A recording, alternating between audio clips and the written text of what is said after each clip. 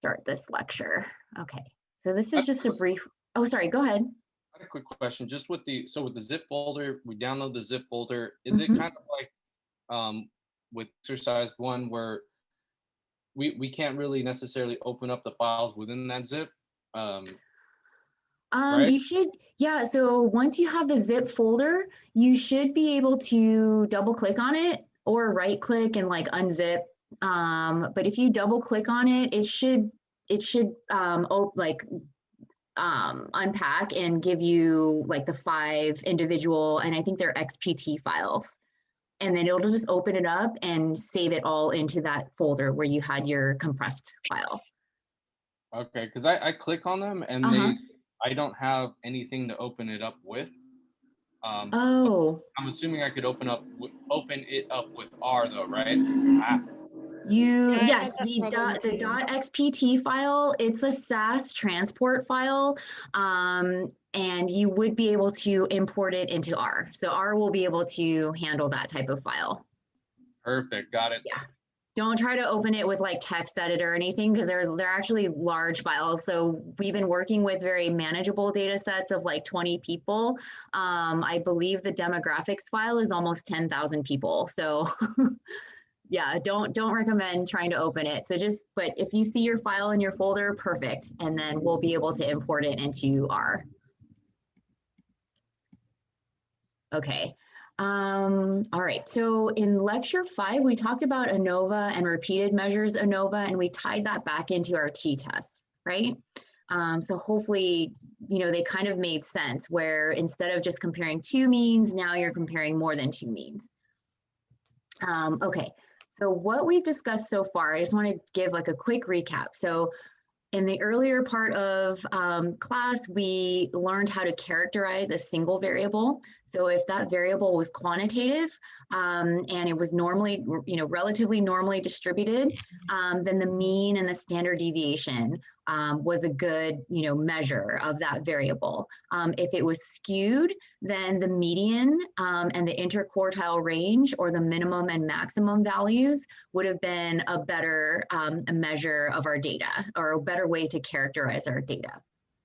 And then for qualitative variables, so anything that's categorical, we would typically in a table offer the frequencies and the percentages corresponding to those frequencies. And then we started to talk about comparing 2 variables. So if we have 2 quantitative variables, then one way to look at that is to create a scatter plot. And then to quantify the relationship, we use what's called correlation. And that's the same thing as just a simple linear regression.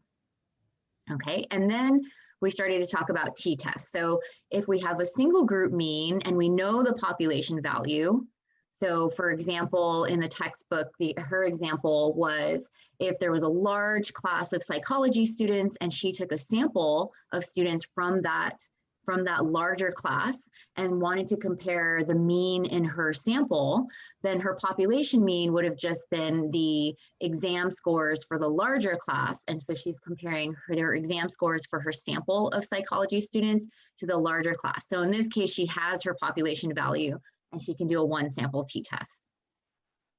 If we have 2 groups, so for example, let's say we have a quantitative outcome like BMI and we're trying to compare between men and women, so they're 2 independent groups, then we can use an independent 2 sample t-test. If we have, for example, we're measuring temperature on one side of the body versus the other side, that is within an individual. So we would then consider a paired t-test. A more common example is if we're repeating our measures. So for example, we measure somebody at time point 1 and time point 2, then we would again also use a paired t-test because we're measuring something within the same individual twice. And then finally for this most recent lecture recording, we talked about wanting to compare more than 2 group means. So in this case, we have a quantitative outcome. So for example, BMI, but now we're comparing across more than 2 groups. And if that's the case, if those groups are independent, then we would use an ANOVA. But if the groups are dependent, then that is analogous to our paired t-test where we're doing a repeated measures ANOVA. Okay, so that's everything we've discussed so far, kind of in a nutshell. And so remember, for the ANOVA, for the F test, we're really just comparing the variance between the groups versus the variance within the groups. Okay, and so this is just a visual. And our null hypothesis is that all the population means are equal. So in this case, we have a population and we have 3 samples. And if we were to do an ANOVA, we're just testing whether all of these means are the same, whether these samples come from a population where the means are the same. And if we get a significant result, a statistically significant result, then we reject the null hypothesis. So this is if our p-value is less than 0.05, we would reject the null hypothesis in favor of the alternative and conclude that there is at least one difference. The issue with the ANOVA is that it doesn't tell us which one is different. So it's really just an omnibus, like a global test. Okay, and then for the repeated measures ANOVA, again, it's similar to a paired t-test, except we have 3 or more measurements. And so often, and I think in a lot of your own research, what I'm finding is that most of you are measuring the same variable in the same individual, but multiple times, so over time. So for example, measuring temperature across time, and so that's a repeated measures design. And so for other examples, I think that I gave in the lecture was if we were to measure something before, during, and after an exercise program, or if there are 3 different treatments that each participant undergoes. So we're measuring something, we're measuring their endurance, for example, while they're listening to no music or their preferred music or non-preferred music. And if we were to have the individuals in all of those groups and kind of, switch over the course of the study, then we would use a repeated measures ANOVA, because we're measuring endurance performance for each of those interventions, but we're applying that intervention to all subjects. Okay, so we talked about assumptions. So for ANOVA, both ANOVA and repeated measures ANOVA, we assume that the scores within the groups are normally distributed and that there's homogeneity of variance. So the variance in the groups are equal. And then for the repeated measures ANOVA, there's this additional assumption of sphericity. And that's just if the variances of the differences between all combinations of the related groups are equal. And there's a test for this. So we're not going to do it in the exercise today, but I believe we'll be doing it next week. So hopefully once we work through the exercise, it'll become a little bit clearer. I found this visual actually after recording lecture 5. So I wanted to just throw it up here because basically the ANOVA, you're just partitioning the sources of variance. So in an ANOVA, in an independent sample ANOVA, we're just separating it into the between variance versus the within group variance. And so the within group variance is just kind of everything else. It could include random error, it could include measurement error, researcher error. So it's just sort of everything else. And then in the repeated measures ANOVA, we're just further separating that into subject variability and then the rest of the error.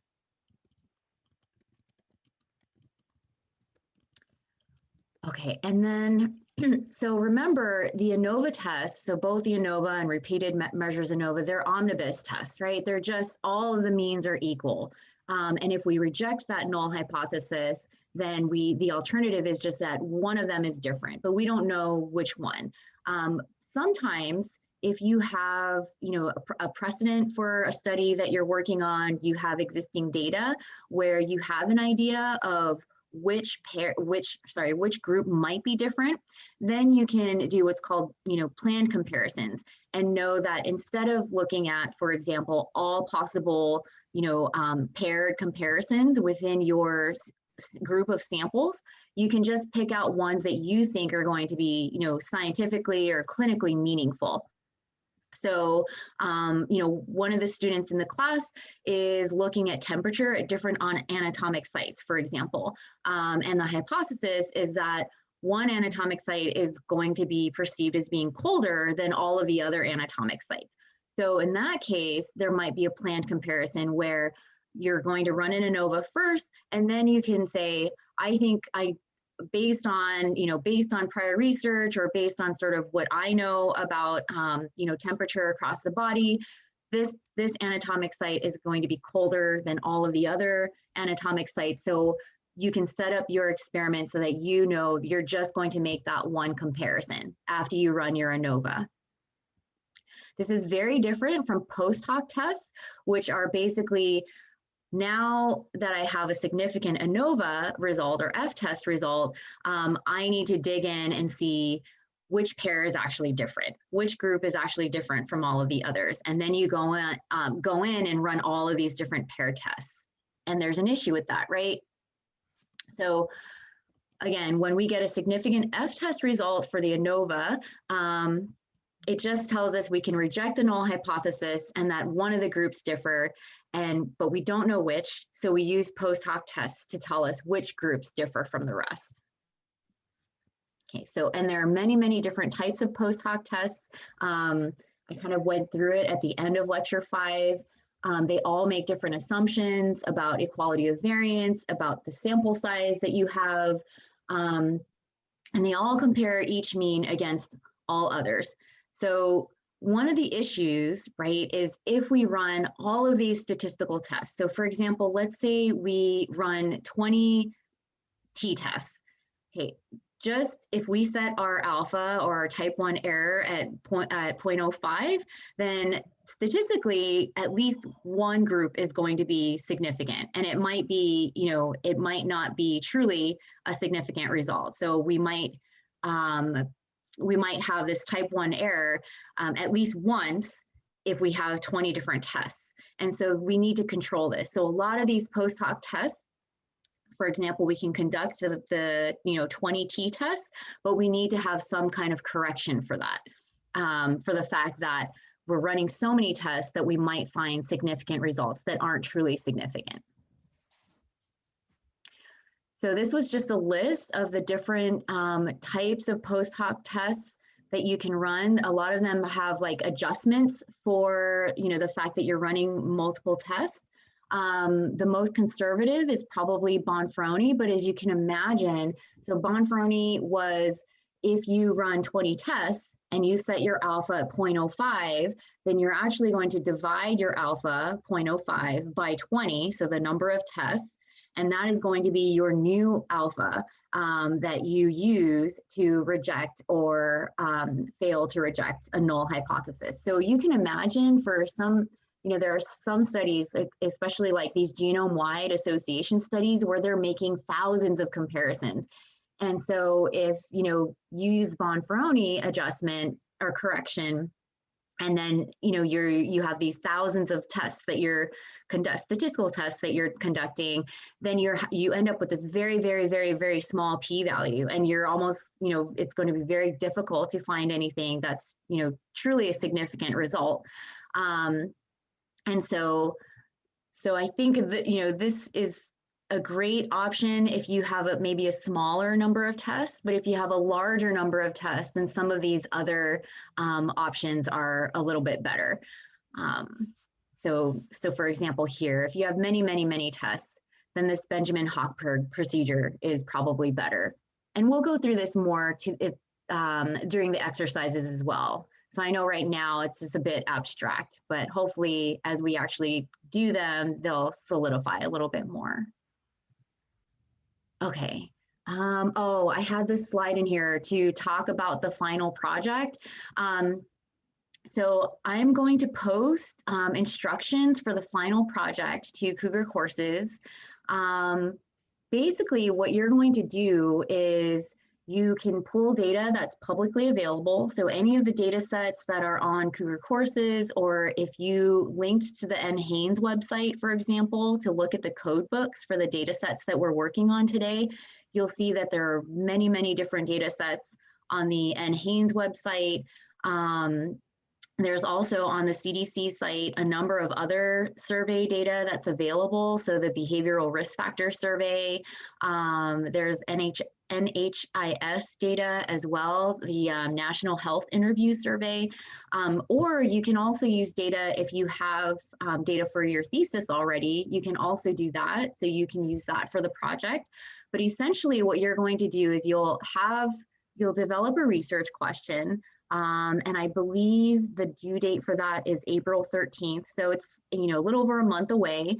So I wanted to just sort of introduce the final project now so you can kind of start thinking about a research question that you might want to address. So think of something that you might be interested in, look at publicly available data sets, or if you have a data set available through your advisor, you're more than welcome to use that as well.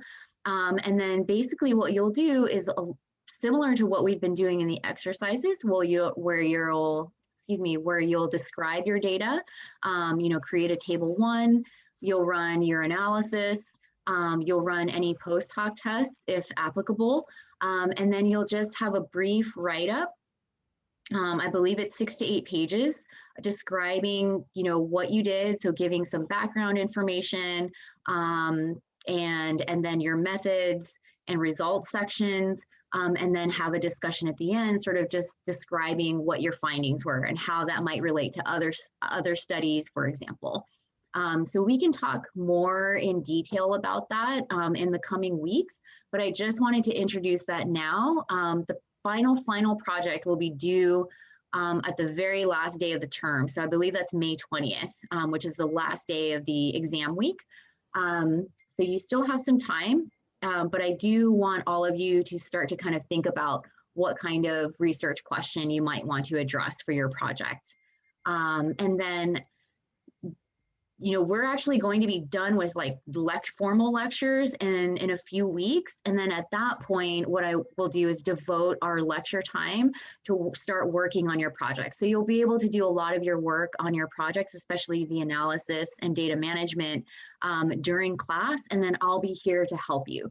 So, and then obviously we can also set up times to meet, or you can come to office hours and I can help you at that point too. But just know that you'll have a lot of class time as well to work on your project, especially the portions that you'll be conducting any sort of R analysis. So start thinking about that. And then next week, what I'll do is I'll start to introduce, so you have this final project where you're writing up your results for this project, and then at the I think it's the last day of actual class, we will have like very short presentations. So I'll put up a template for that as well. So they're called poster presentations. So oftentimes, if we submit an abstract of a research project that we've done to, to a national conference, for example, a lot of times we would then have a poster presentation. So, back before the pandemic, you would go to the conference, you would have this really large poster, and people could come in and out and come stand by your poster and ask you questions. We can't do that now. And the format for conferences are now where you have this electronic poster and then you record yourself describing your study, so describing your poster. So that's what we'll try to mimic, because I think for a lot of you, you'll probably end up going to conferences in the future if you haven't already. So that will be the second component of this final project. And so both of those are graded, but we can talk more and more about it over time. But for now, I definitely want you to start thinking about what kind of research question you want to ask for your final project. Feel free to email me if or if you're having trouble coming up with ideas. I'm happy to help you out. So, okay, so I'll put. I have a question. Yeah, sure. So for when we make the research question, is it going to be like a one main research question, or is it going to be like a series of questions, kind of the way our exercises are, like whether they're normally distributed and like little specific questions? So it's going to be one main research question, right? So for example, in exercise 1 for the sprint times, really the main research question was, does this drug or supplement help improve sprint time, right? So, oh, and Kristen, these will be individually. So this is an individual project. So going back to that example, the sprint times portion of exercise 1, the main question really was, is this drug, does it improve sprint time? But we had all these other steps in between it, right? We had to check for normality of the pre and post sprint times, and then we ran a paired t-test to compare. So that though all of those questions are sort of the things that you will have to do to conduct your analysis. So I don't know, does that answer your question? Yep, thank you. Okay. Yeah, so in this case, the research question is really more subject matter based. And then all these other little things are more the statistical methods. Okay. So the last thing I wanted to do was talk about types of joins or merges. Because we're merging 5 different data sets today and they're large. So, and they have a lot of columns. So it's actually will be hard once we merge it to see visually, what we're doing. So I kind of wanted to take something a little bit more bite-sized and show you what it looks like when we're merging data together. So there are different types of merges. Let's say you have 2 tables and you are trying to join them together. Okay, so an inner join is just if you have table 1 and table 2 and you only want to keep those observations that are in both tables. Okay, so it's if it's in table 1 and it's in table 2. A left join is you have table 1 and table 2.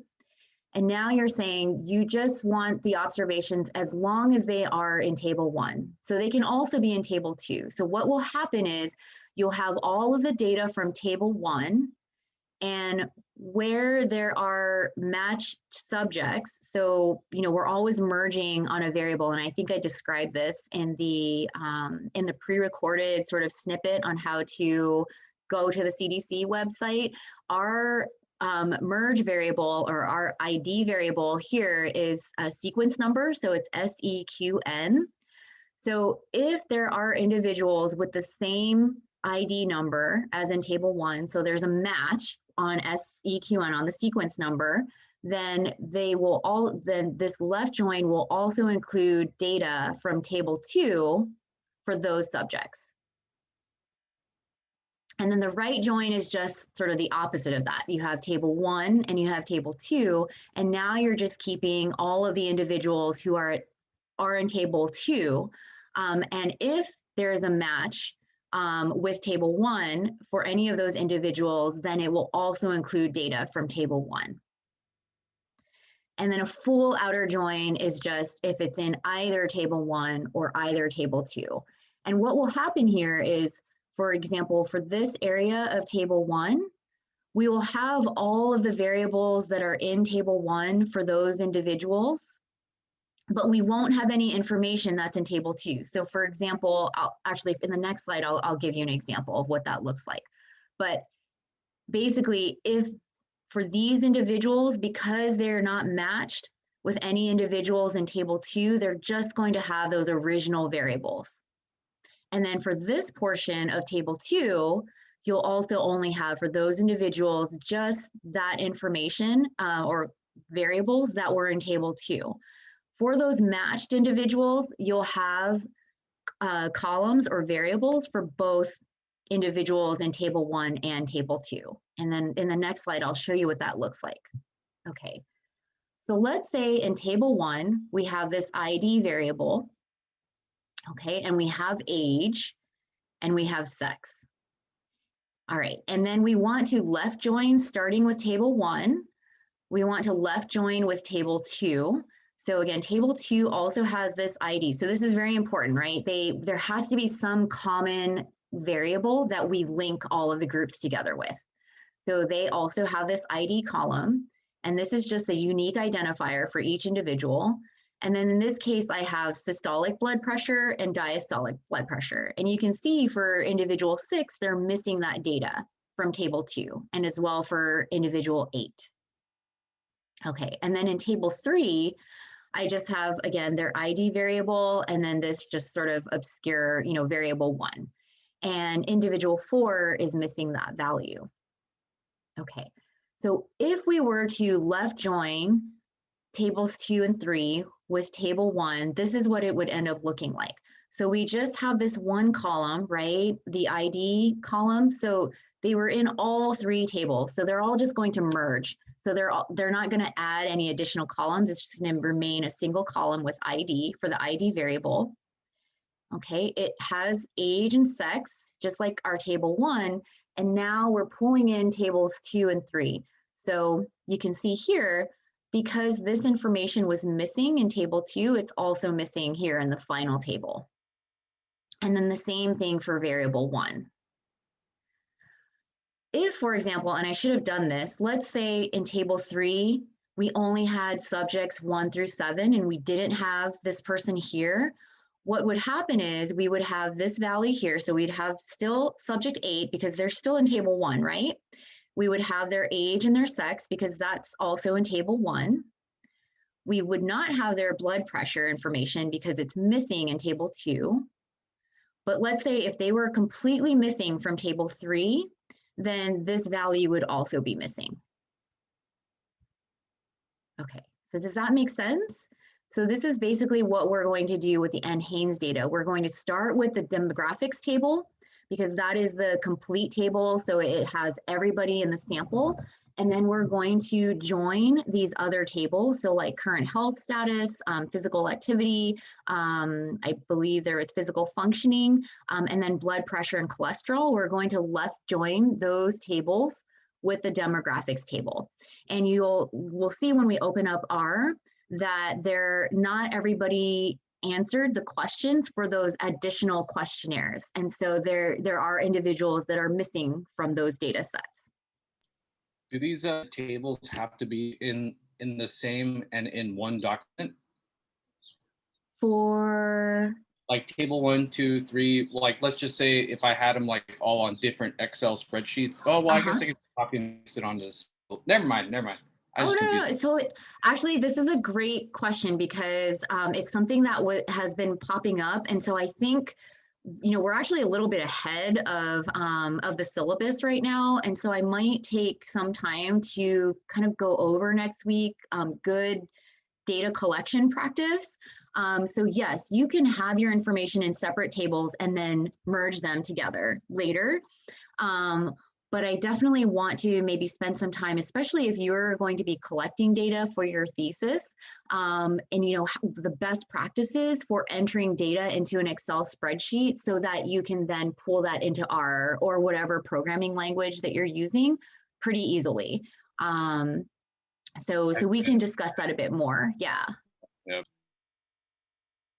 Okay, so I'm going to end this now, and then I'm going to start sharing R. Okay, so if you guys are ready, you can go ahead and open R Studio, and then also exercise 2. So I'm going to open that up. All right.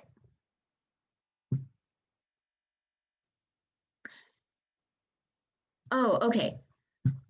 So Alex, as long as you have your, okay, so let me see, hold on one second. All right, I'm going to share my folder.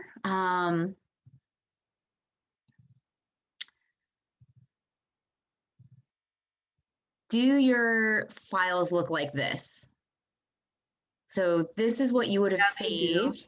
Yeah. Yes. Okay. So right. Okay. So this is what your compressed file would look like, your compressed folder. And then once you unzip that, it should have all these files. Yeah. Okay. So now let me go to R. Hold on one second. Okay. Okay. This is why. All right. So let's try this first. Okay, can everyone see my R script? Yes. Okay. And does everybody have like a brand new script? I like highly recommend just opening up a new one and saving that for exercise 2 rather than trying to like add on to exercise 1. Okay, so you have a new script here. So what I'm doing here first is I'm setting my working directory, but again, you can also do that here. So if you want to just navigate to wherever your exercise 2 folder is, so you can do that here and then click on that more button and then just say set as working directory. Okay, so I'm actually going to run mine. And then the next thing you're going to do is install and load this library package. So let me get back to the chat so I can actually share that with you guys. Okay, so go ahead and install and load that H miscellaneous, I'm guessing is what it stands for. So run that code. So this code here. I'll do the same thing.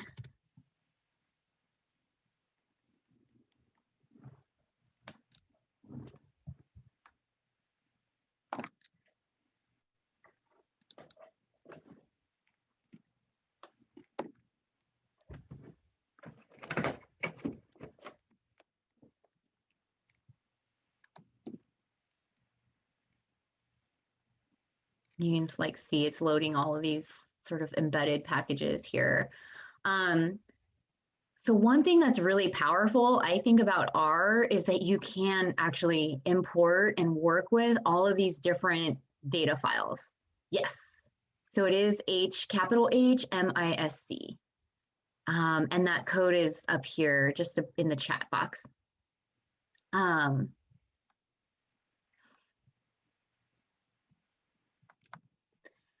Whereas, for other programming languages, you typically would only be able to work with data sets in that that format. So the nice thing with R is you can pull in. So in this case, these are actually SAS data sets. But we saw that we could pull in SPSS data sets. Almost all programming languages would be able to pull in like CSV files. But I think this is really one nice feature of R. So, okay, so does everybody have that package loaded? Okay. Mine isn't loading for some reason. Okay, so have you installed it already? Yeah, no, I haven't. It just says, oh wait, it might be happening right now. It's happening. Never mind. Okay, awesome. Yeah, sometimes it's just slow.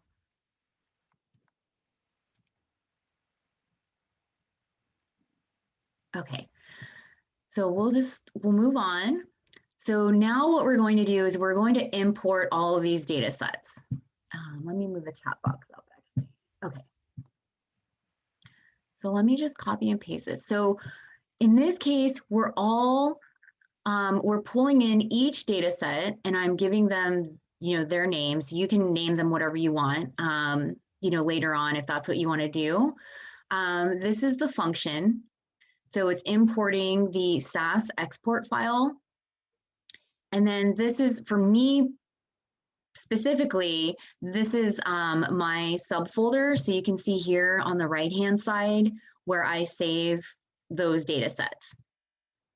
So depending on what your working directory is, this file path name might be different. But I'm going to go ahead and copy and paste this anyway, and then you'll just need to modify that to whatever your path name is on your computer.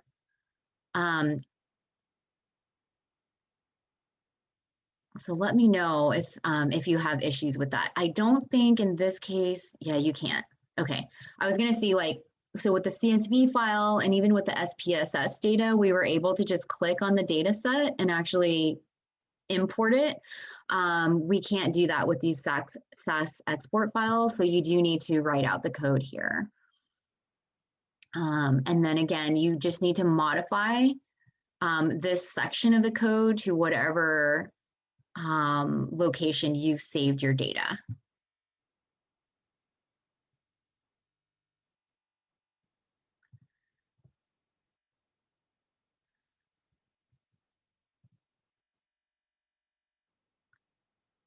So let me know if you were successful, at least maybe with that first data set. And if not, then we can kind of troubleshoot and see what might be wrong.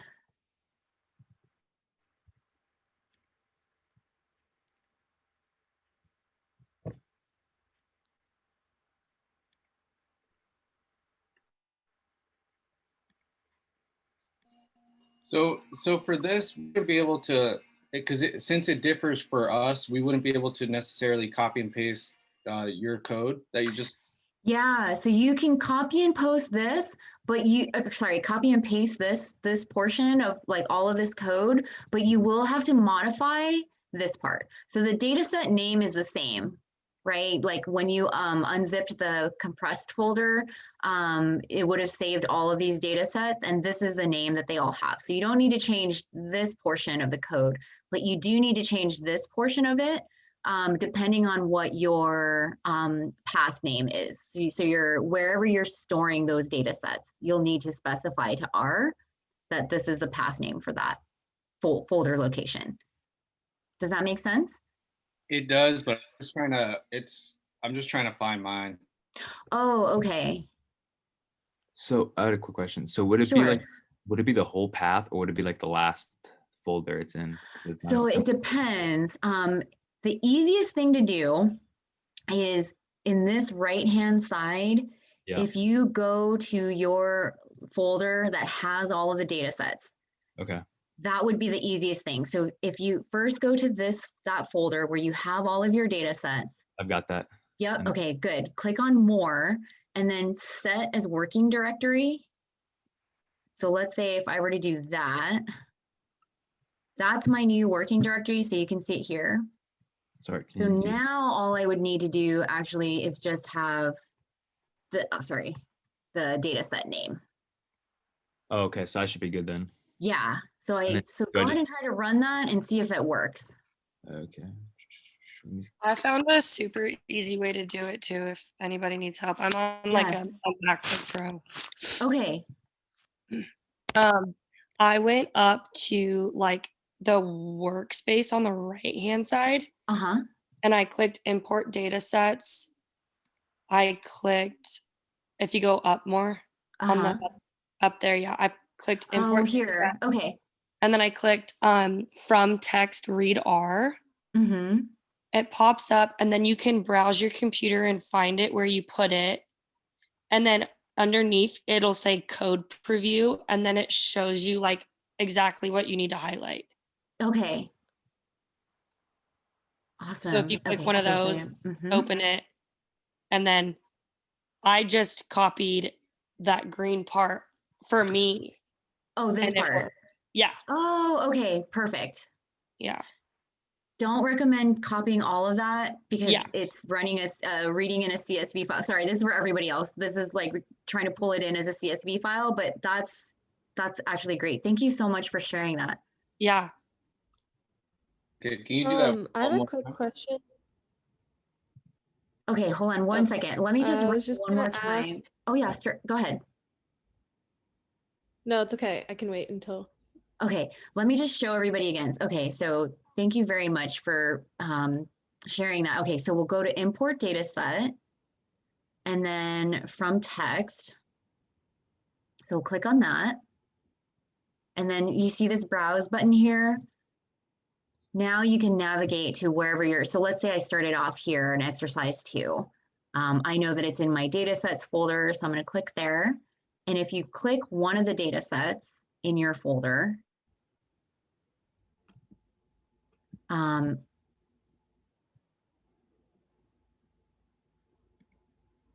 then down here, that's where it'll show you what code. So you might have like dataset slash blah, blah, blah, C slash, you know, and then your whole path name. So just copy that green text, hit cancel, and then paste it into the quotes here.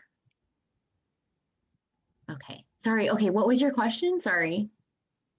I was just curious because my environment still has like the data from the physiology. Oh, okay. How do I Did clear that? did you save your workspace when you closed out R? I think so. Okay, so which is totally fine. Like it's definitely like a personal preference. What you can do, I think, is go to this broom and just see the Oh, broom here. Yeah, and just click on that. So, okay. Thank you. mm-hmm. So Okay. this is what I got in the chat. Oh, okay. Okay, it worked. Okay, so for oh, you got null. Interesting. Okay.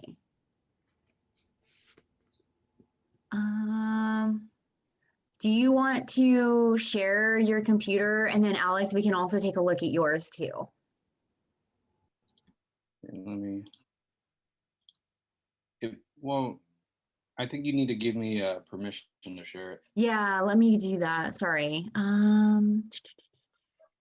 I also, my screen's broken, so I can't really see. I don't see Oh, any color. okay. Okay, I have maybe, let me see. Hold on one second. I have an idea. Okay, hold on. For some reason, my computer won't let me show my folders. I don't know why. That's really weird. Okay. My idea might not be such a great idea. Hold on one second. That's really weird. Okay, hold on. Okay. All right. Sorry, I'm just navigating. Okay. I'm going to share my screen then and show my folders. Hold on one second. Okay. Okay. So Sebastian and Alex, let's see if this works. Go onto your, wherever, you know, if you're storing your data on the cloud or on your hard drive, on a, you know, a thumb drive, wherever it is, navigate to where your exercises are. So in this case, I have an exercises folder, exercise 2. And then in this case, I have my data sets here. Okay, and then what I'm going to do is copy and paste this. Let me see if this works. Okay, now I'm going to go back to R. Okay, I'm just going to see what happens. Hold on. Huh, okay. So if you paste that into R, it looks like I still need to make all these changes, like a tilde here. And it has to be /. So, okay, this might not be a great. I think what's happening for you, Sebastian, is that's really interesting because, okay, can everyone see me do this? If you go to import data set and you go to, actually, I wonder what it happens if I click on SAS. Okay, hold on.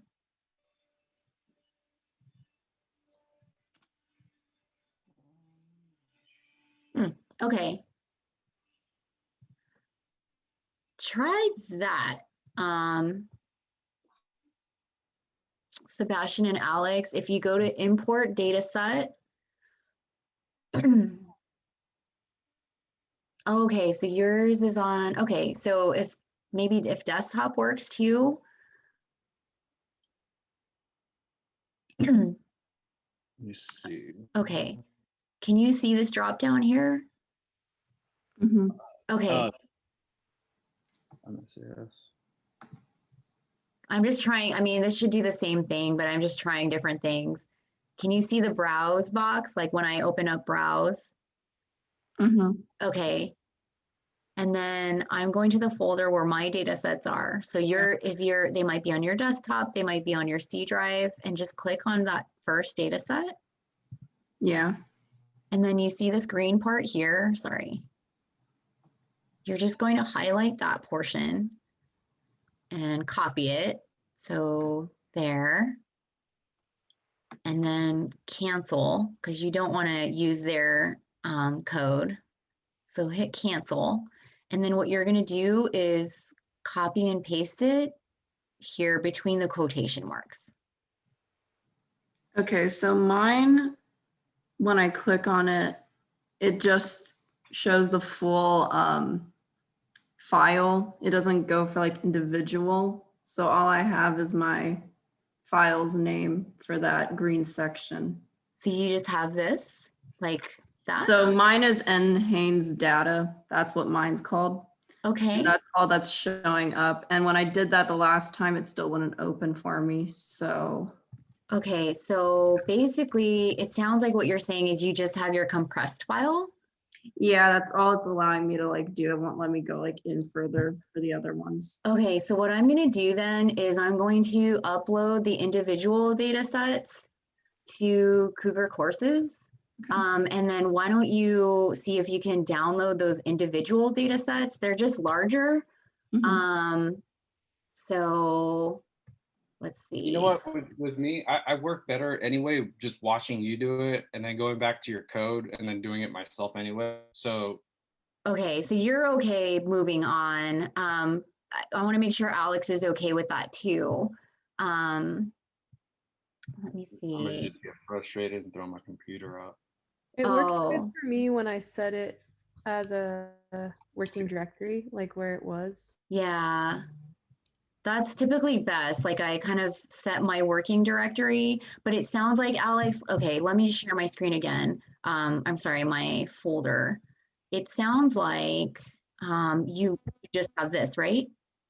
Yeah, like in my working directory, I have the file. And then when I click on it in that directory, it will show all of the little files. But then when I go to do the whatchamacallit, when I go to try to import it in, it will only have the NHANES, but then nothing will like download. And it will keep saying error. So I don't really know what I'm doing wrong. Okay. Do you want to share your screen? Let me see I if can I share my screen. Okay. Hold on one second. I was having the same thing with Alex where it only let me open like NHANES. And so I went up to the import data set, like how you showed us. And I imported it, but it looks really weird. Yep, it did. For me it too. Opened a little like extra window and it's like not in regular like yeah, it had different shapes and stuff. It was weird. Yeah, I have that. You mean okay, so you mean sorry, I'm going back to you mean in this window or in this window? In the sort it popped up like as a like the data set. And then when I clicked, when it showed up, it like looked weird. It didn't look like a file. It had like these random shapes and stuff. It looked like errors. See like how your screen looks? This is not what my data set looked like. Okay. So I have no idea what happened. Okay, so what I'm going to do, because I don't want everyone to get just hung up on trying to pull in their data sets, I'm going to move on. But what I'll do is post the individual data sets to Cougar Courses, and I'll make a video of myself downloading them, saving them to a specific location, and then importing them into R that you can watch. And then hopefully be able to import the data sets. And I'll also post the code that we're covering today so that you'll be able to just rerun it. Is that okay with you guys? Yeah, that's fine. I don't want to hold everyone else up. Okay, so I'm gonna, I'll do that. I'll just move on and you'll see in my screen everything that's happening.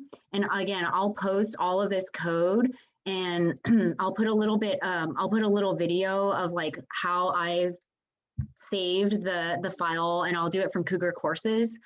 and then pulling them into all the way to pulling them into R. And so hopefully if you just mimic that, it will work. And what I'll do is I'll save the data set to like my desktop or something like that so that you can do the same thing, and then pull that in. So, because I honestly, I'm not, let me see, hold on one second. How did I share, hold on. Alex, I'm gonna allow you to share your screen. Let me just try this one more time, okay? Is that okay? I'm gonna make you a co-host.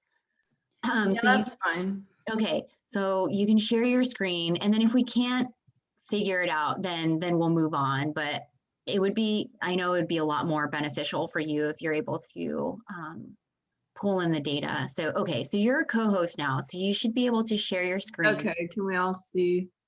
Well, can you see mine? Okay. Okay, so this is what I'm currently working with.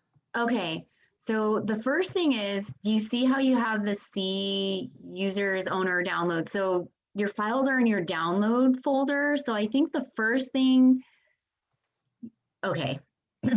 I guess Let's say you want to keep it there. That's totally fine. This is my okay, so don't click on that. So you're gonna click on, okay.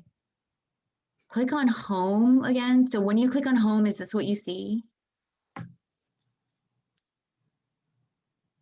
This is what I see. Okay, scroll down.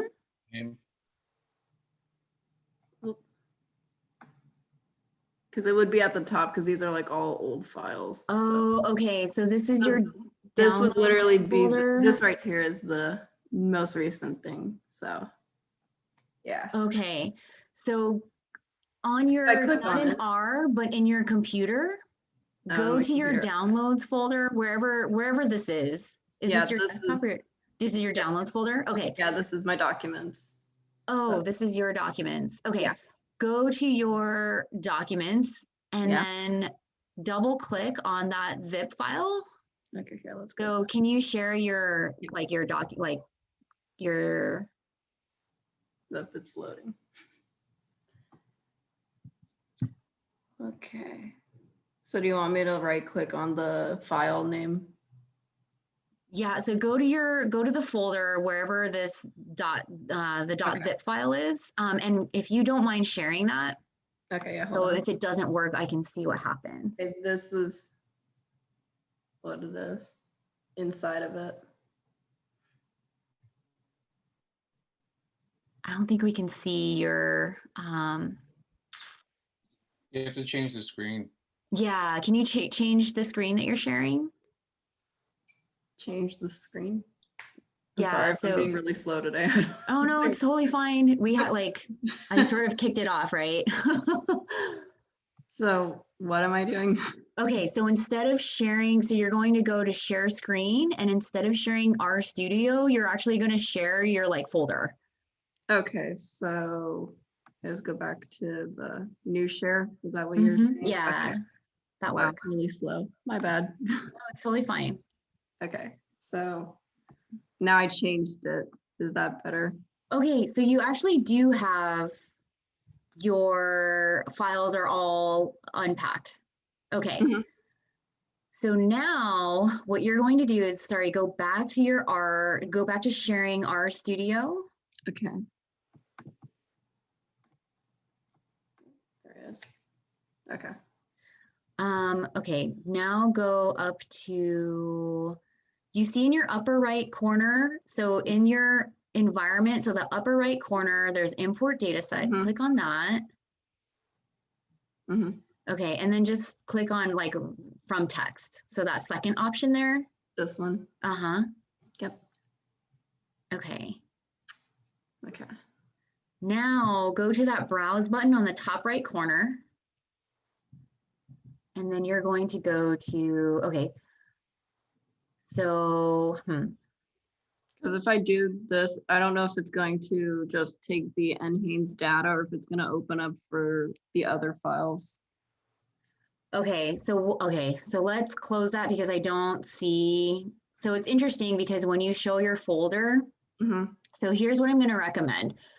go back to your folder. So go back to sharing the folder, the My PC. Okay. Yeah. Um, Okay, here it is. okay. Copy and paste all of those files. So just highlight all of them. So just like this. Oop.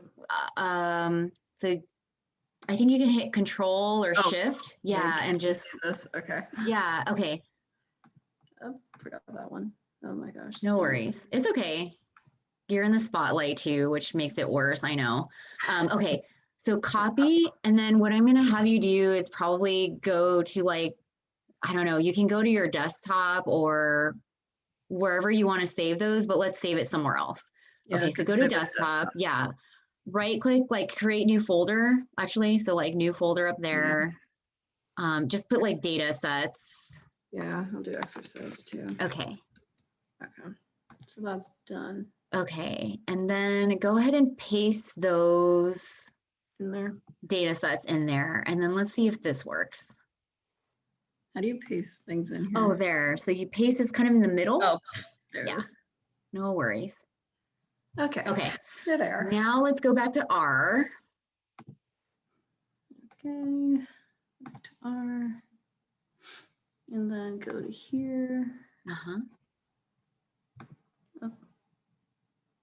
Okay, browse. Okay, so, and then go to your desktop.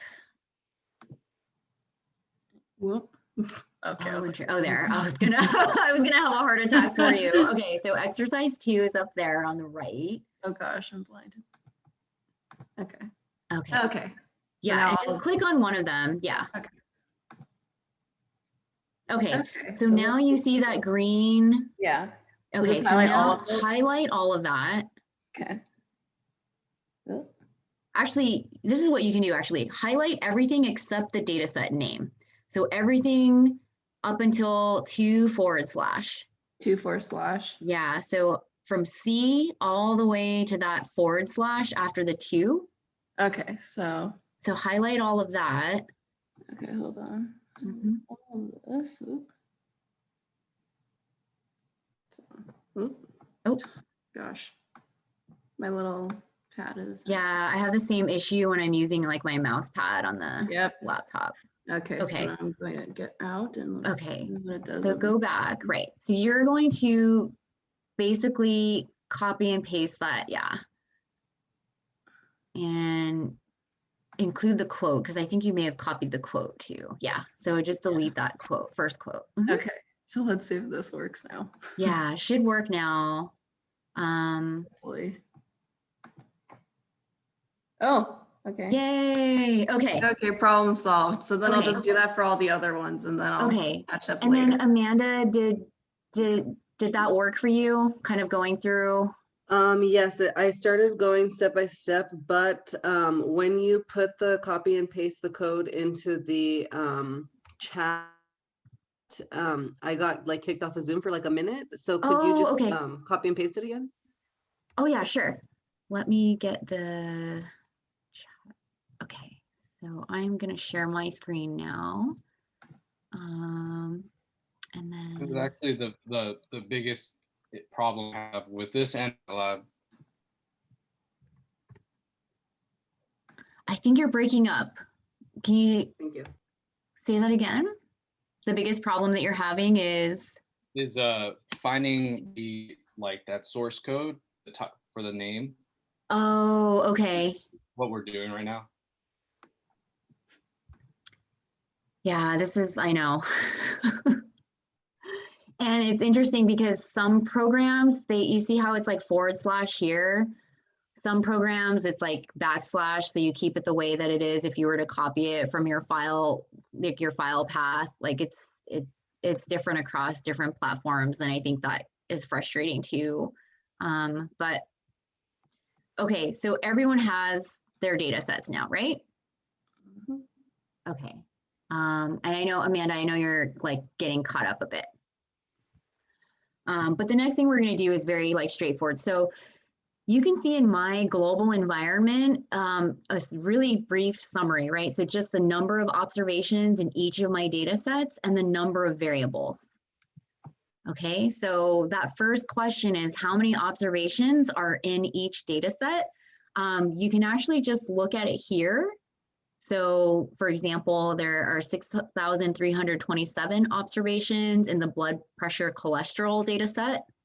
And then remember, the demographics data set is sort of our main data set. So nobody is missing from this data set. Everybody who was in that NHANES sample for this particular year is in the demographics data set.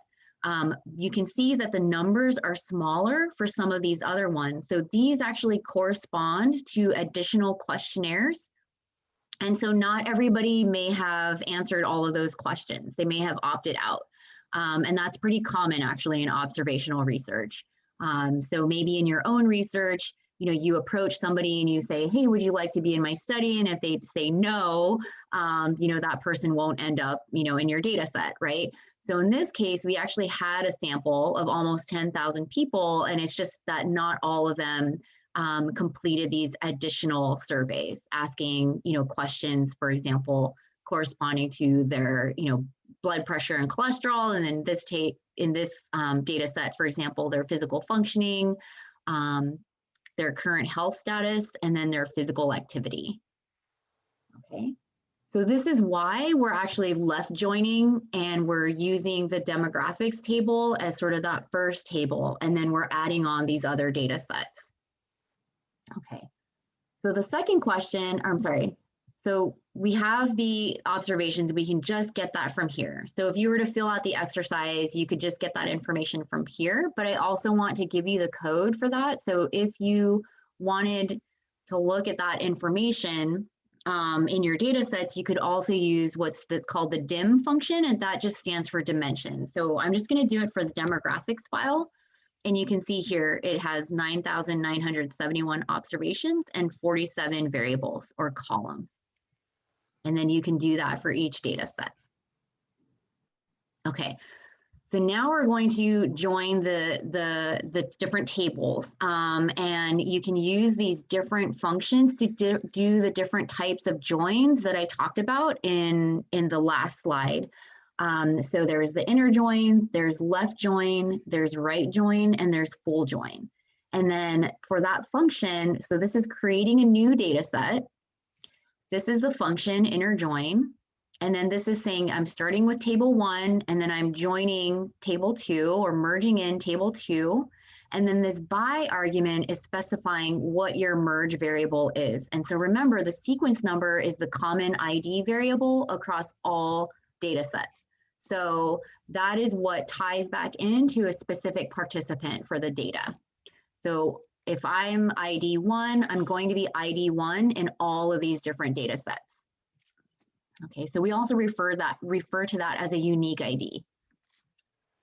Okay, so here's the code that we're going to use. So remember, we're left joining and we're starting with the demographics table. Okay, let me go through this a little bit slowly because, so I'm creating this data set called all data, and what it's going to include is all of the information in the demographics file. And then for anybody who is also in these data sets, it will append that information for those individuals. If, for example, see in the BP cholesterol, there's only 6,000 people. So there are about 3,000, a little over 3,000 people that are missing from this data set who are in the demographics data set. So the information, the variables in this data set, they'll just have missing values for all those individuals that don't match with the people in the demographics file. Okay, and let me just describe this a little bit more.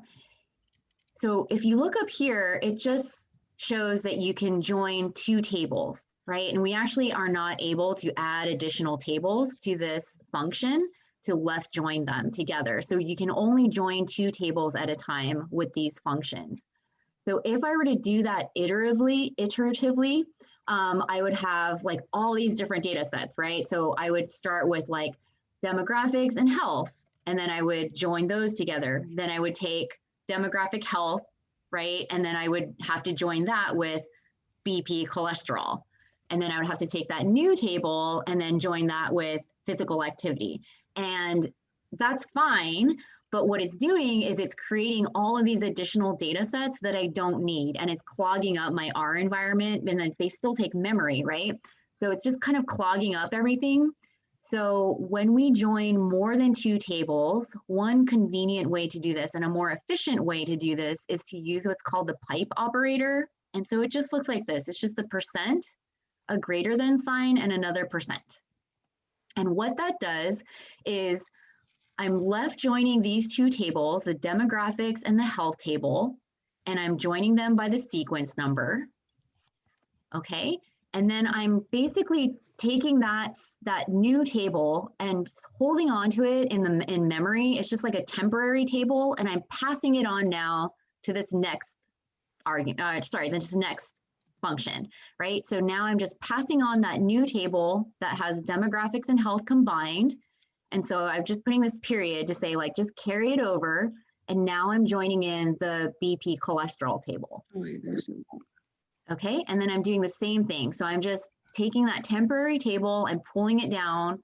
I'm adding in the physical activity table, taking that table, pulling it down, and then adding in the functional table. So now when I run this, all that's going to be created is this final all data table. So all of you probably have already installed this package because we used it in exercise 1, but we do need to go ahead and load it. So I'm going to run my code and then also copy and paste this code for you guys, okay? So there. And then let me know when you're good.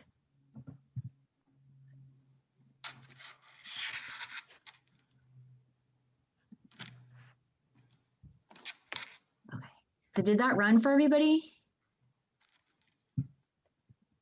Yes. Okay. So now you see you have this new all data table. And again, you can name it whatever you want, but in this case, I've just called it all dat. And this makes sense, right? We have, so, okay, how many variables, sorry, first let's ask this. How many observations are in your new data set? So remember, we started with the demographics table. That was our main table, and we're adding on all of these other tables. So we still have 9,971 people, right? They just might not have all of the information if they're missing from these additional tables. And then we have 193 variables. So this makes sense, right? If we were to add all of these up, they actually add total to more than 193, right? Because all of these have the sequence number. So all of these have SEQN. That's our merge variable, right? If we were to total those and subtract 1, 2, 3, 4, then that should be 193.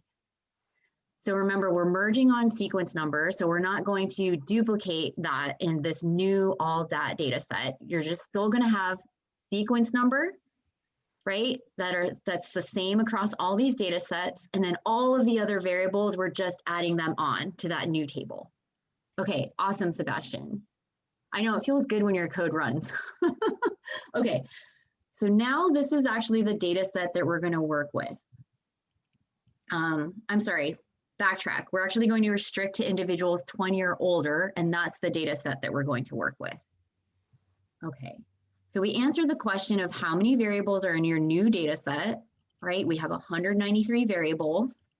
How many observations are in it? We have 9,971 observations in this data set. Okay, now what we're going to do is restrict to include only participants who are older than 20 years of age. So this is the code that we're going to use for that. So this function is the which function. Okay, this is our data set. So we're specifying the data set, and then we're saying, okay, for those individuals where the variable, so remember this is our data set name, and then this $ splits up the data set and the variable name.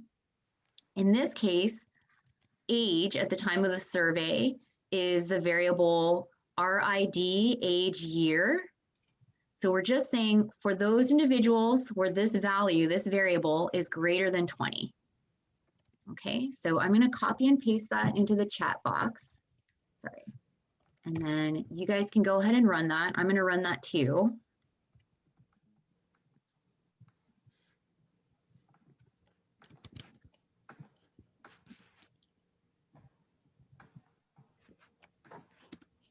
Okay, now you should see in your window, you have the new NHANES data set. Okay, and we lost about half of the individuals. So there are about 4,000 people who were 20 years or younger in this data set.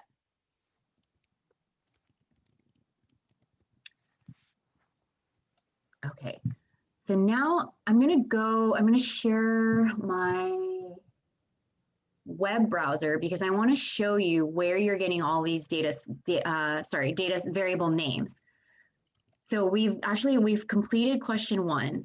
So now if you look at question 2, we're working with all of these different variables that are in this new data set, in this new NHANES data set, okay? So this is a reminder to myself to now go to my web browser and show you where to find all of this information. Okay, so in the video that I posted, I know I showed you where the documentation or the data dictionary, or we also call it a code book, for the demographics file was, but I'll show you now where the code books are for the other data sets. So the demographics file had this variable. So let me share my browser now so you guys can see that. So we're just going to take a break from R really quick. Here, okay. All right, so can everyone see my browser? Yes. Okay, so let me go back actually. All right, so when you click on the link in exercise 2, it should bring you to this page. So this corresponds to the NHANES data for 2015. And remember, NHANES, they do this every year. So we clicked on demographics data in the video, and this is where the code book is for the demographics data. So if we were to click on that, you can see all the variables here on the right-hand side, and you can just click on them. So remember, sequence number is our unique ID. And this is really nice. This is actually a nice feature of a lot of code books. If this is like researcher can decide whether to do this, but it is a nice feature to add where they have the frequencies for the variables, or in this case, because it's quantitative, it's telling you what the range is for that variable. Oh, sorry. So for like the data release cycle, or actually a better example here would be gender. Okay, so here we can see gender. This is the variable name, and then it's just describing. So this is actually the label for gender. We have labels in R as well. And then it's saying, okay, we targeted for this sample, men and women age 0 to 150 years. And then, our sample actually, we don't include, and there's nobody over, there's nobody even close to 150 years. But that was just their target. So that's the kind of like their universe. And then it gives you a breakdown of men and women. So it gives you a breakdown of that variable, which is really nice because when we run frequencies in R, we can kind of go back to this code book and make sure everything looks right. So it's just a nice check. And it also gives you a very quick snapshot of what the data looks like without actually having to do any analyses ourselves. So this is really nice. So you can see that, there are slightly more women than men in our sample, and that all of them have a non-missing value. Okay, and then let me go down to year. So this is the year. So remember, we restricted to individuals greater than 20.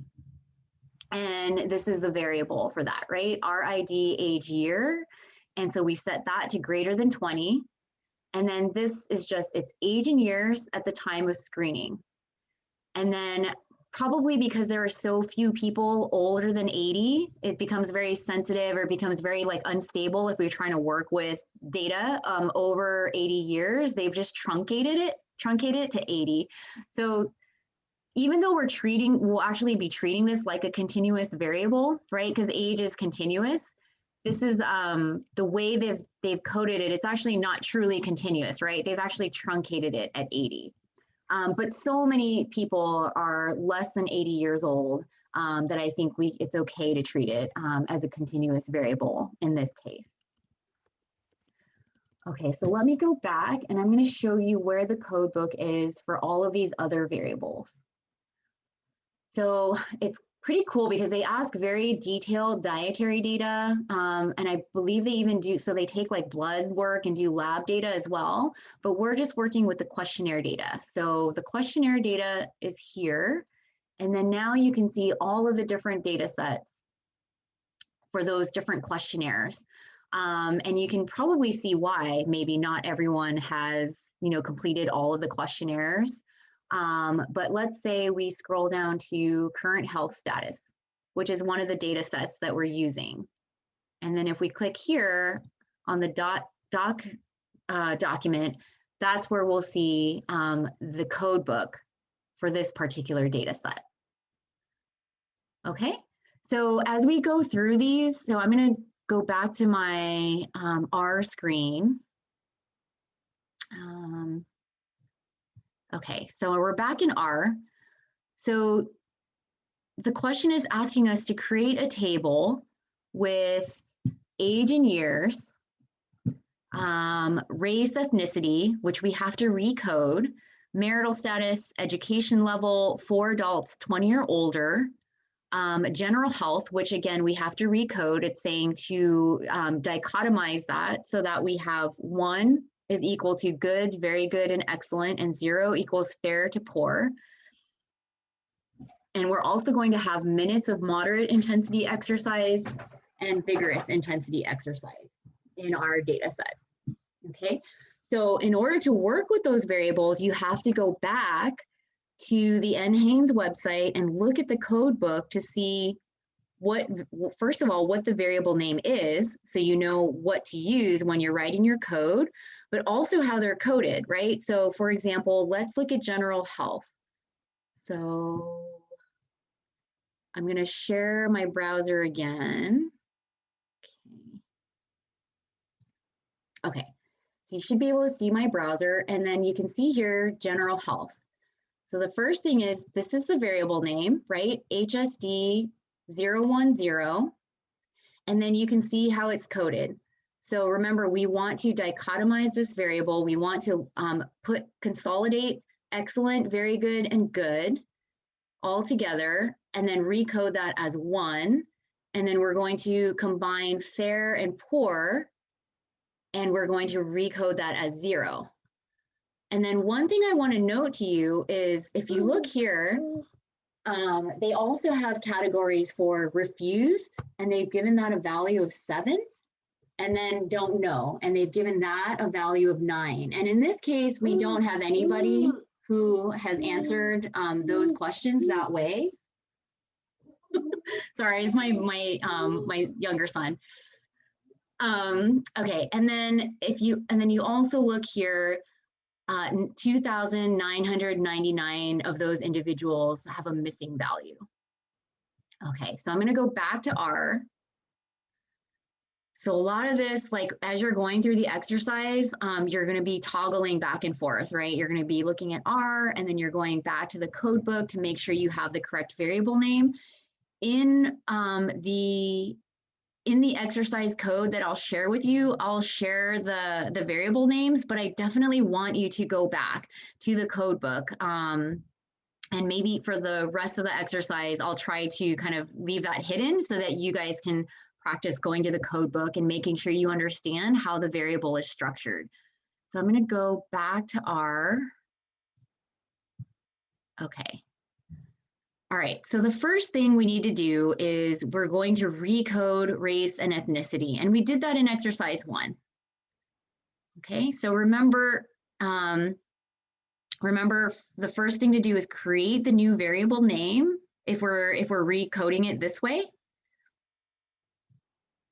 And then I'm consolidating everybody. So if you go back to the code book, you'll see that 3 is actually corresponds to white, 4 actually corresponds to black, and then 1 and 2 is Mexican, and then 2 is other Hispanic. So we're combining that into our Hispanic, and then 5 is just other, and then I'm coding that as a 9. Okay, and then so I'm going to copy and paste this code.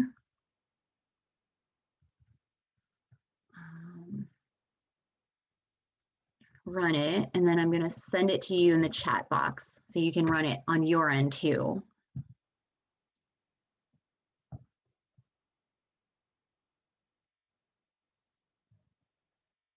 All right, is everyone doing okay so far? Yes, thank you. Okay. Ivan.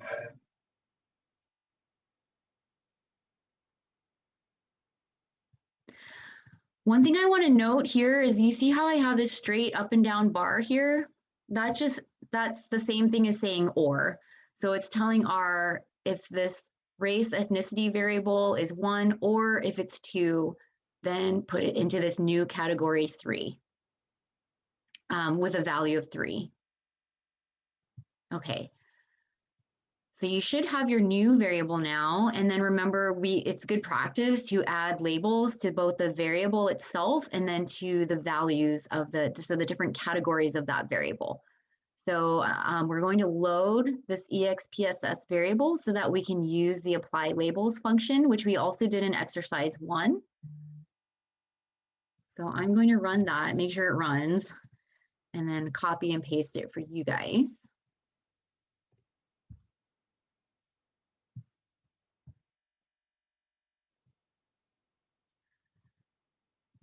Okay. And then the last step, because it's categorical, so remember in exercise 1, even if it was a character variable, if we were to run like a summary on that variable, R would automatically treat it like a continuous variable unless it was set as a factor variable. So that's sort of the last step, because we know this is a categorical variable. We're going to set it as a factor. Okay. So I'm going to copy and paste that as well.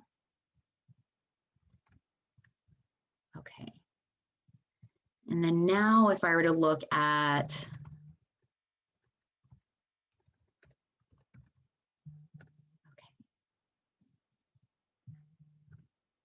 oh, sorry. Sorry. It's really gross. Right.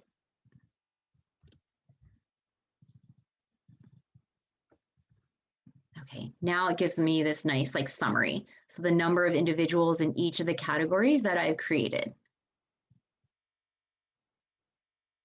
Okay. So now we're going to recode general health. All right. So first, let's just take a look. I want to show you what missings look like in R. So we're going to take a summary of the variable. So remember, it's called HSD010. Okay, the range was 1 through 5, and then there was a 7 for refused and 9 for not known. And then we did see that there were missing values, right? And that was for the entire data set. But remember, we restricted to individuals over 20. So our missing values won't be the same as we saw in the code book, since that includes everybody. So I'm going to just run this and just show you.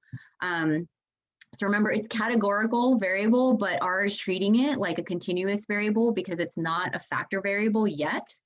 And you can see, so in our subset of the data, so in our subset of individuals older than 20 years old, the range of values is 1 through 5.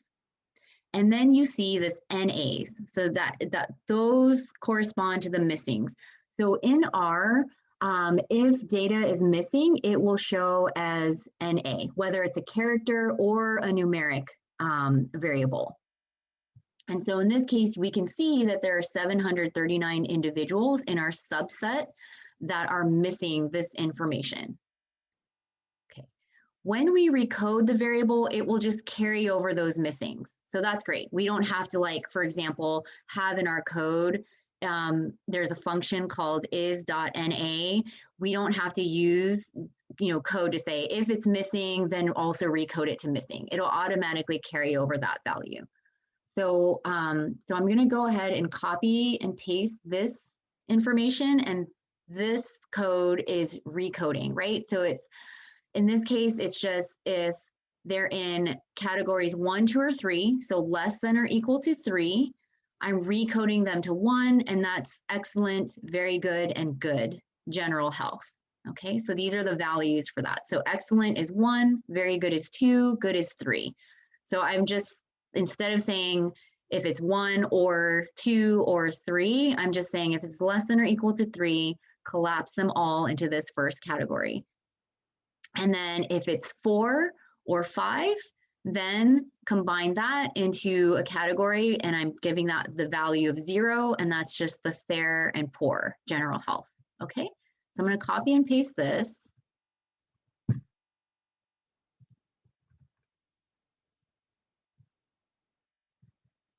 And then run it. And I'm just going to run all of this. Okay. And then again, down here, we're just adding labels to the new variable. So the recoded variable. So let me backtrack, but you'll see in the code, I'm creating this new variable called gen health, and then I'm recoding here, and then I'm adding labels, right? So where gen health is 0, I'm calling that fair, poor, and when it's 1, I'm calling that good, very good, excellent. So I'm going to copy and paste the rest of that code. Okay.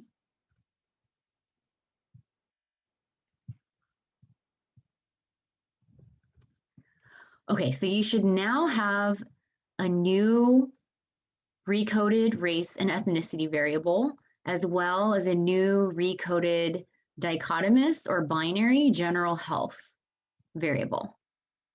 Okay.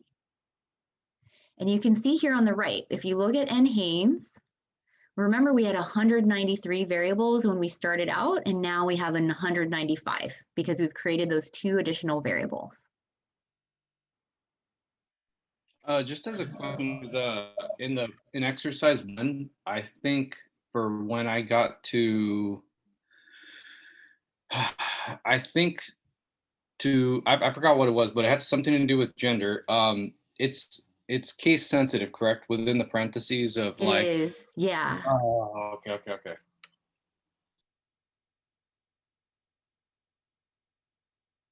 Okay. All right, so here I'm just seeing, okay, let's just check. Are these variables, so these are the original variables, and I'm actually just checking to see if they're factor variables. So remember when we created tables, or we looked at summaries of our variables, if they weren't factor variables, again, R treats them like continuous variables. And that's really not going to make sense if we, for example, run it on gender and it tells us like the average, is 1.4 or something like that. Like that's really not meaningful for this variable.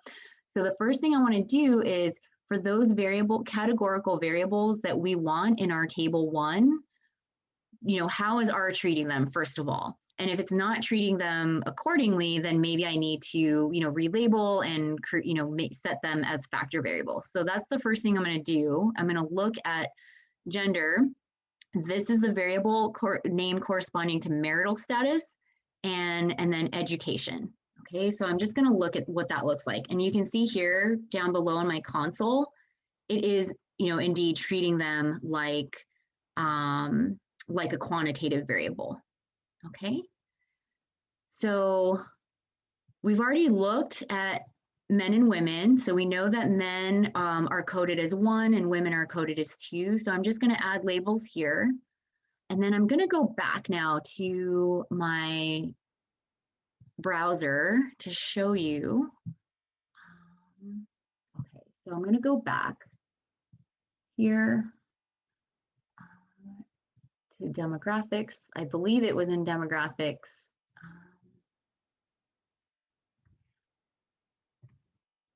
Okay, so here's marital status. Okay, so this is where it's really important, especially when we're recoding or we're labeling our variable values to know how they're actually coded. So if we go to marital status, for example, now we can see what the value is and the description for those values. So 1 corresponds to married. And then again, if you look down here, if people refuse to answer that question, then they were coded as 77. And if they didn't know, which is kind of funny to me actually. It's coded as 99. And then you can see that, you know, 4,000, a little over 4,000 people just didn't answer it. So it's just completely missing. Okay, so I'm going to go back to R now.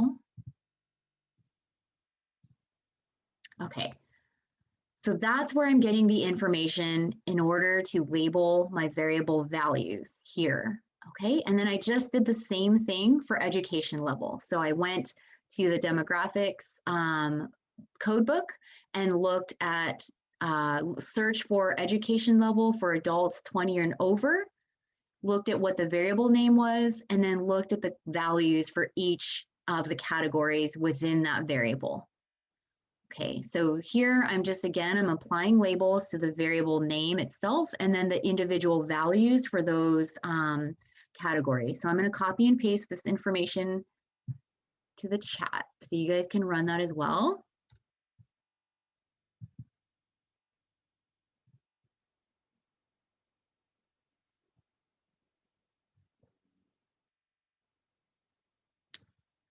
Okay, and then I'm going to also make them factor variables. Okay, and then that way, when I get a summary of their variable or create a table in R, it will actually treat it like a categorical variable. So I'm going to copy and paste that code as well.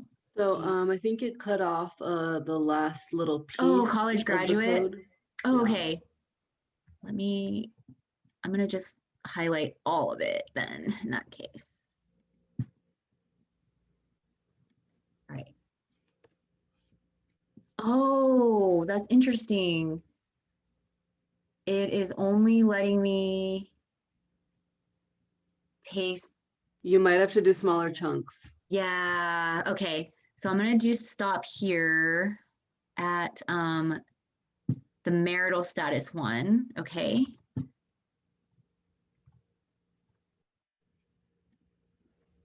Okay, and then I'm going to copy and paste the rest of that function. Okay.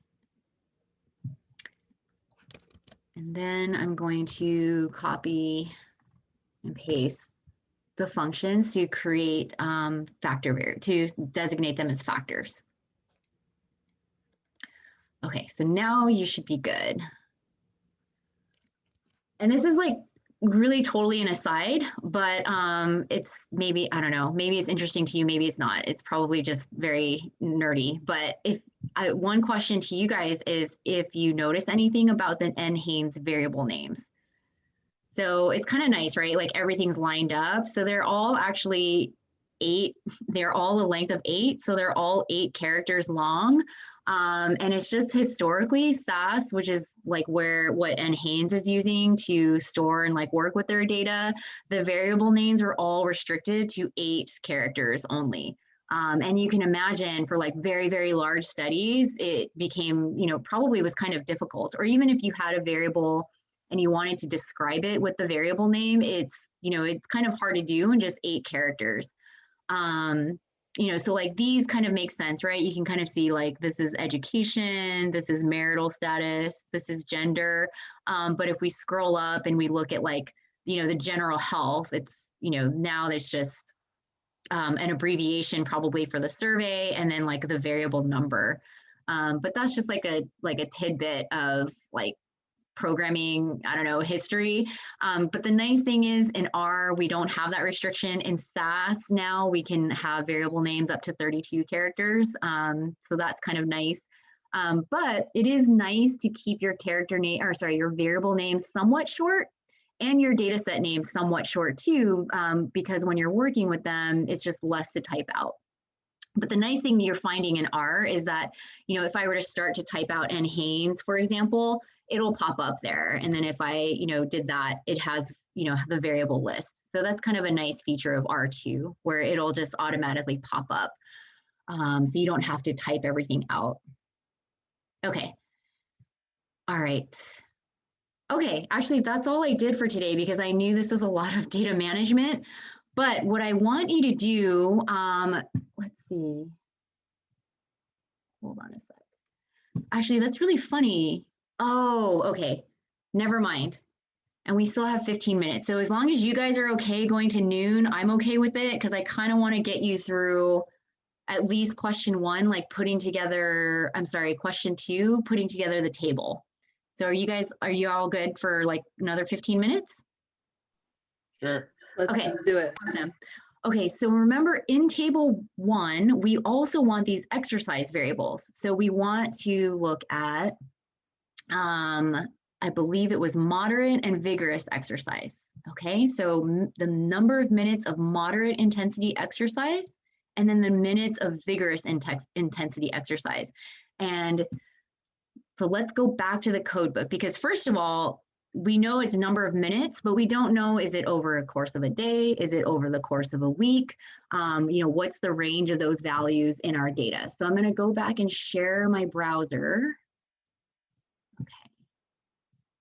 All right. So now we're actually going to the questionnaire data.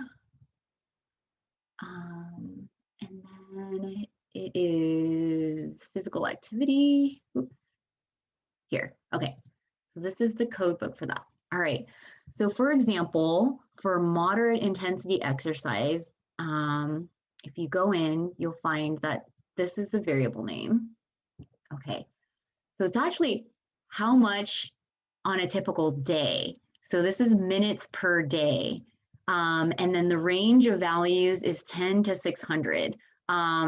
I find this probably very unlikely, right? So this person might be an outlier, because 600 minutes is 10 hours of moderate activity a day, which is, it's possible, but very unlikely, right? But so here, this is a nice thing. You can see the range.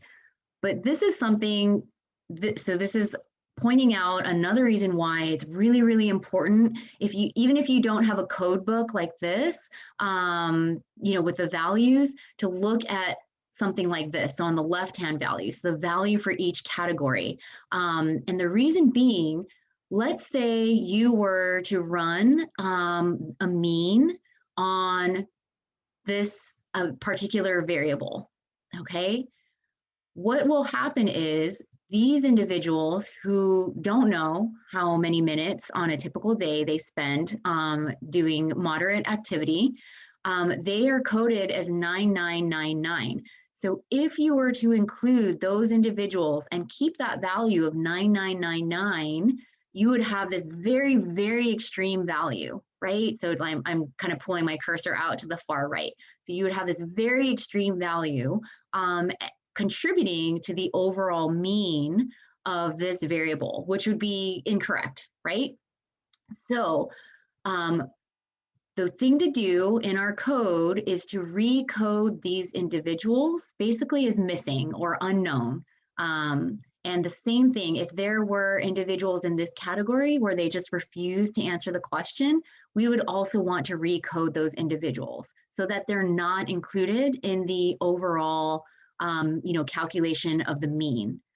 This person here at 600 minutes, they might still be an outlier, so we might end up removing them from our, from our analysis later on. But we know that at least that person, they answered the question, and that's the value.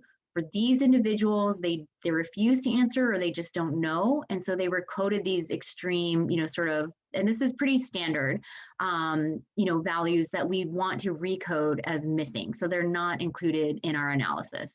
Okay, we don't want to exclude them, right? We don't want to just exclude them from the subset, because they might have other information for other variables that is correct. But we definitely want to recode this to missing. Okay, so I'm going to go back to R. All right. So that's where I check, look at the data dictionaries, and then a lot of space to give us the opportunity to do that. Okay. All right. So now what we're going to do is we're going to create these new exercise variables first, and we're going to recode the values for refused and don't know to missing. Okay. One note is it's always good practice to create a new variable rather than just recoding an old one. So instead of, so for like for like new race and general health, that was pretty hard to do, right? Because we were kind of combining all these categories. In this case, we're just saying if it's 7777 or 9999 to recode it as missing or NA, but I'm still going to create this new variable. The reason being is if I were to just keep this variable name and say dump these values into missing, there'd be no way for me to go back. If I wanted to like backtrack on that, I wouldn't be able to do that. I'd have to like pull in my data set all over again, remerge it. It would just be a pain. So it's always good practice when we're doing any recoding of a variable to create a new variable name. So you might not always, I think there are probably exceptions, but for these exercises, definitely, I think it was good practice to do that. So we're first going to create these two new variable names. So, two new variables for moderate activity and vigorous activity. And then here, we're just going to recode it. So this is the variable name in the original data set for moderate activity. And then this is the variable name for vigorous activity. And then this just looks like the coding that we had above, where we're saying if it's this value or this value, we're going to recode it now to NA. Okay, so I'm going to copy and paste this code and then run it on my end. And then we'll look at what this looks like.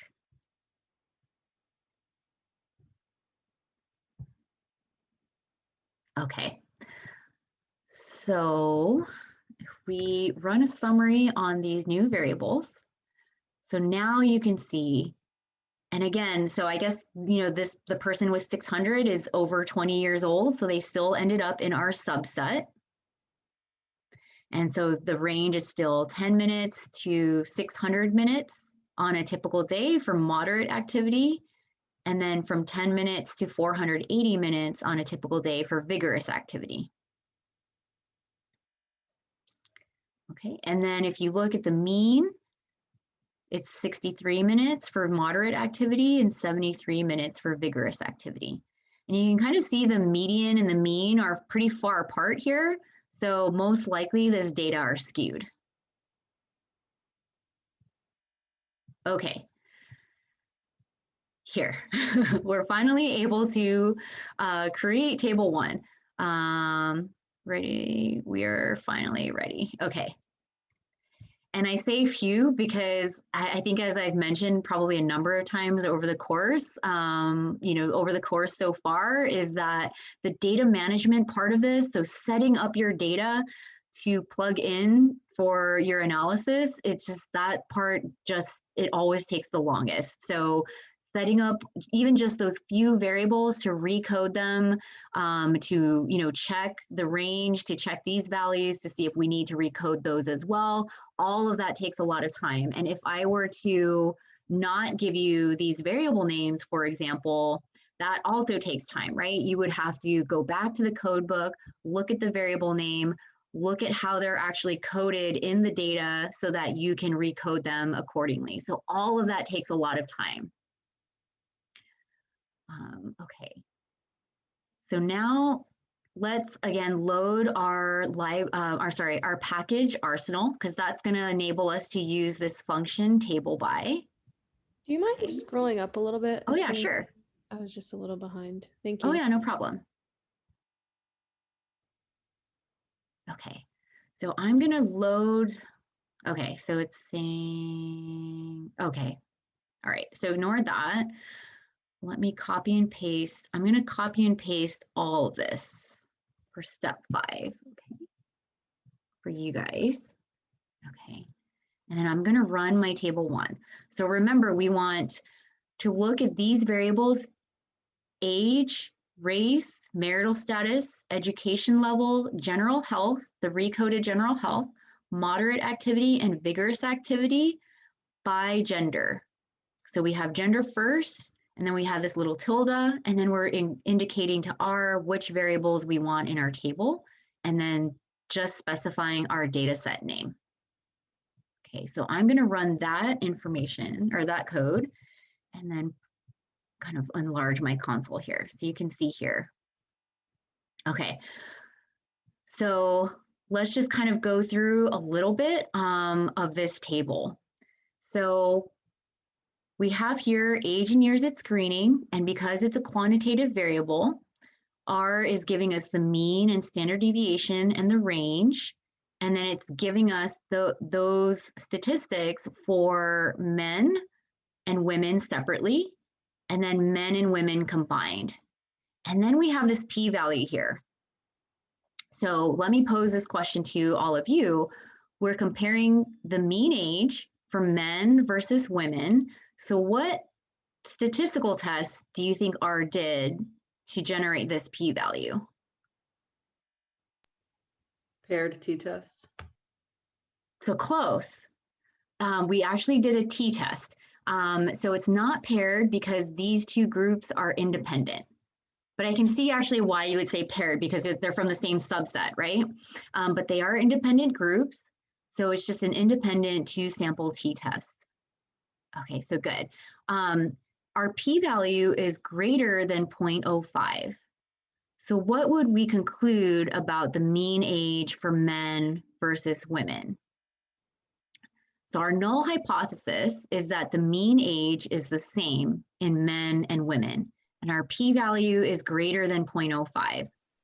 You accept We it? fail to reject the null hypothesis. Yes, exactly. So we fail to reject the null hypothesis that the means are the same for men and women. So we accept the alternative, which is they're different. Or I'm sorry, ignore everything I just said. We fail to reject the null hypothesis. So we have to accept that they are, at least based on our p-value and our data, that the two means are the same. So there's no difference between men and women with respect to their mean age, the distribution of age. So this is this is H subscript O equals mu1 equals mu2, or not equal? Yeah, it would be mu1, so like men equals mu2. And so, right, all our null hypotheses typically are like it's something equal to. So it would be men equal to women. And that's our null hypothesis. And then our alternative would just be men not equal to women. And because we fail to reject it, we accept the null and say men equal to women. So the mean age for men is equal to the mean age for women. Okay, so let's look at race.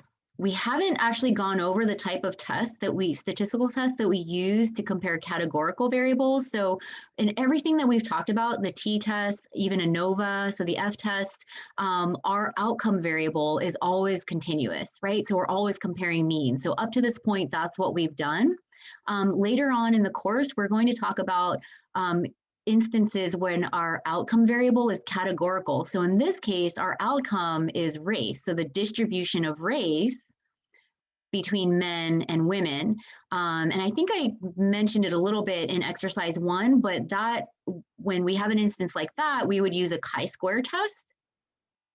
But let's just like ignore what type of test. We can still make the same conclusion. So let's say we're comparing men and women with respect to their distribution of race, and our p-value here is less than 0.05.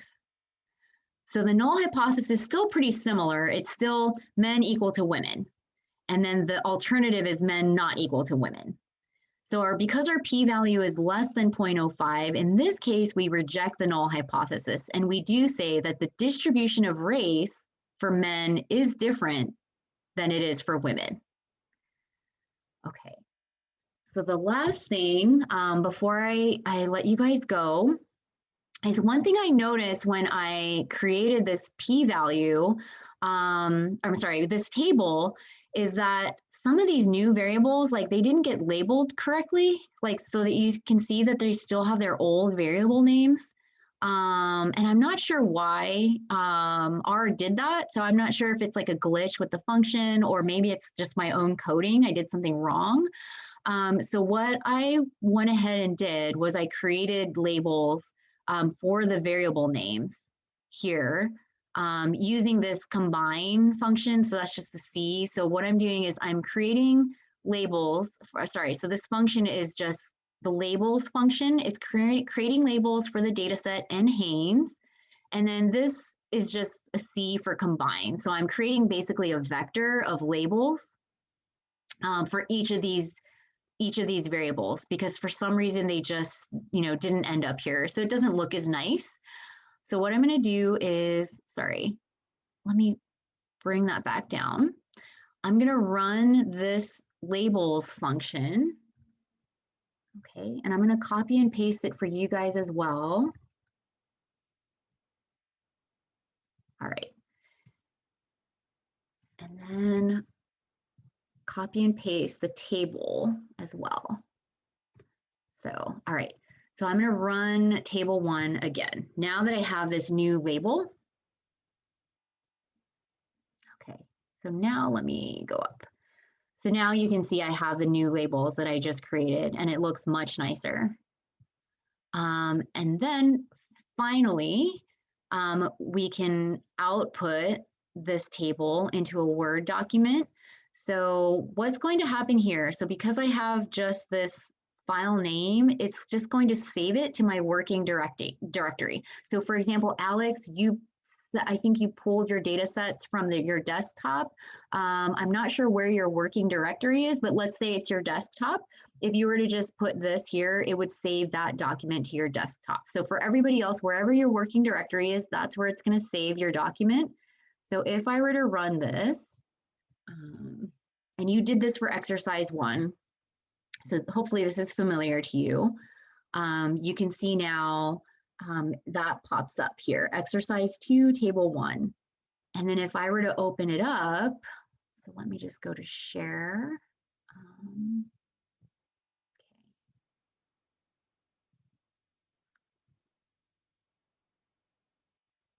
Okay, and then I'll share that so you guys can see what that looks like. Okay. And so that's our nice table, because I think, yeah, if you try to like copy and paste it into Word, it looks pretty bad. And then you can kind of fiddle around with the, oh yeah, sure.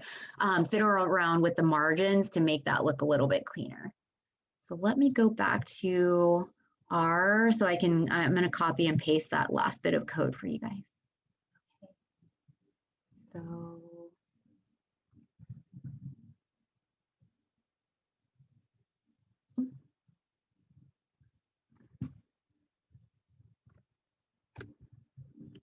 Okay. Okay, so that is all I had for today. Next week, what I'm planning on doing is I think we'll just discuss a little bit more about data, so that as you're starting to think about your projects, if you do end up collecting data on your own rather than using an existing data set for your research project for this class, I can kind of help guide you into creating a table that will be easier to pull into R. So I think we'll go over that. And then initially I had planned to talk about two-way ANOVA analysis of covariance in lecture 5, but I found as I kind of went through ANOVA and repeated measures ANOVA, it was probably a bit too much all combined into one lecture. So I'm going to separate that out into lecture 6. So I'll have a pre-recording for lecture 6. I will also post the code that we covered for exercise 2 today. And then next week, what we'll do is we'll have a summary of lecture 6. And then we can talk a bit more about your final project, and I will have some examples of what, I'll give you a little bit more details of what your final project write-up will look like, as well as an example poster presentation. So the poster presentation is not like a slideshow or anything, it's just one big poster, and it summarizes everything that you've done. So you'll create something like that, and so I can put up an example of that on Cougar Courses. And then we'll continue with exercise 2. And then as you guys are getting more and more comfortable, I'll probably do less and less of like copying and pasting the code into your chat and more having you guys, especially because as you can see, a lot of this code, it's the same, you know, code that we've used for exercise 1, just different variable names, and you'll find that it's pretty similar as we move on and through the exercises. So I'll probably have less and less like copy and paste code, and might have you more and more try to do the code on your own. So just so that you start to get comfortable writing code on your own. But again, we can kind of feel it out. Like if you guys aren't comfortable next week, you know, just sort of like being thrown into the water, that's totally fine. We can still, you know, I'm still happy to like copy and paste code so that you're able to move through the exercises without getting like super frustrated. So that's really what I'm trying to avoid, is I want to balance like you guys learning, you know, how to code on your own with not getting so overwhelmed and frustrated that you absolutely hate coding.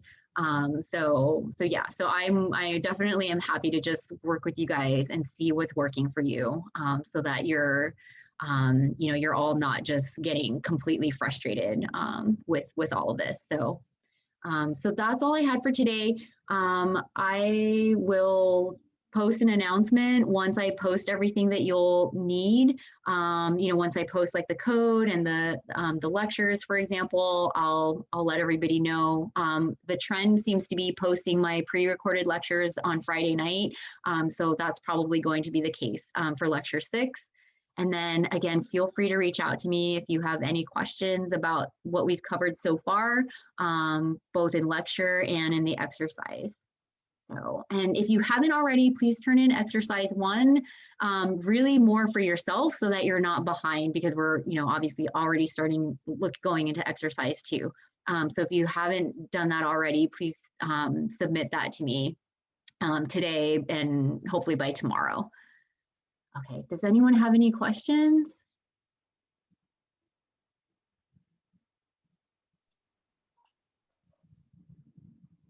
Nope. Okay. All right. Thank you so much. And again, thank you very much for all of your understanding and flexibility this morning.